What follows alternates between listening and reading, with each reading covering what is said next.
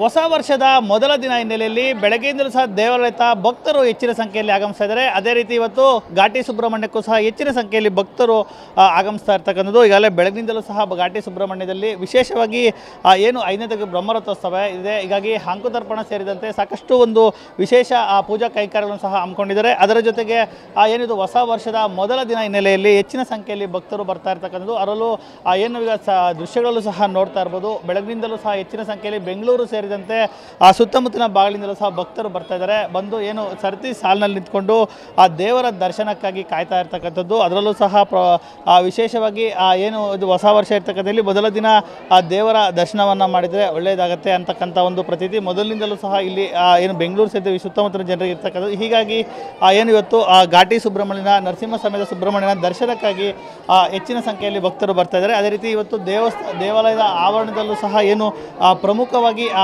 ಹಲವು ಹಲವು ಸೌಲಭ್ಯಗಳನ್ನು ಸಹ ಮಾಡಿಕೊಂಡು ಮುಂಜಾಗ್ರತಾ ಕ್ರಮಗಳನ್ನು ಸಹ ತಗೊಂಡಿದ್ದಾರೆ. ಜೊತೆಗೆ ಪಾರ್ಕಿಂಗ್ ಸೇರಿದಂತೆ ಜನರು ಬರ್ತಾ ಇರ್ತಕ್ಕಂಥ ಕ್ರೌಡ್ ಹೆಚ್ಚಾಗಿ ಬರ್ತಾ ಇರ್ತಕ್ಕಂಥ ಹಿನ್ನೆಲೆಯಲ್ಲಿ ಏನು ವಿಶೇಷವಾಗಿ ಒಂದು ಸರತಿ ಸಾಲುಗಳಲ್ಲಿ ನಿಂತು ಭಕ್ತರು ಏನೊಂದು ದರ್ಶನವನ್ನು ಮಾಡೋದಕ್ಕೆ ಬರ್ತಾ ಇರ್ತಕ್ಕಂಥದ್ದು. ಏನೀಗಾಗಲೇ ಬೆಳಗ್ಗಿನಿಂದಲೂ ಸಹ ಕಳೆದ ಒಂದು 2 ಗಂಟೆ ಒಂದು ಸರತಿ ಸಾಲಿಗೆ ಬಂದಂಥ ಭಕ್ತರು 2 ಗಂಟೆಗೂ ಅಧಿಕ ಕಾಲ ಏನು ಕ್ಯೂನಲ್ಲಿ ನಿಂತ್ಕೊಂಡು ನಂತರ ಬಂದು ದೇವರ ದರ್ಶನವನ್ನು ಪಡ್ಕೊಳ್ತಾ ಇದ್ದಾರೆ.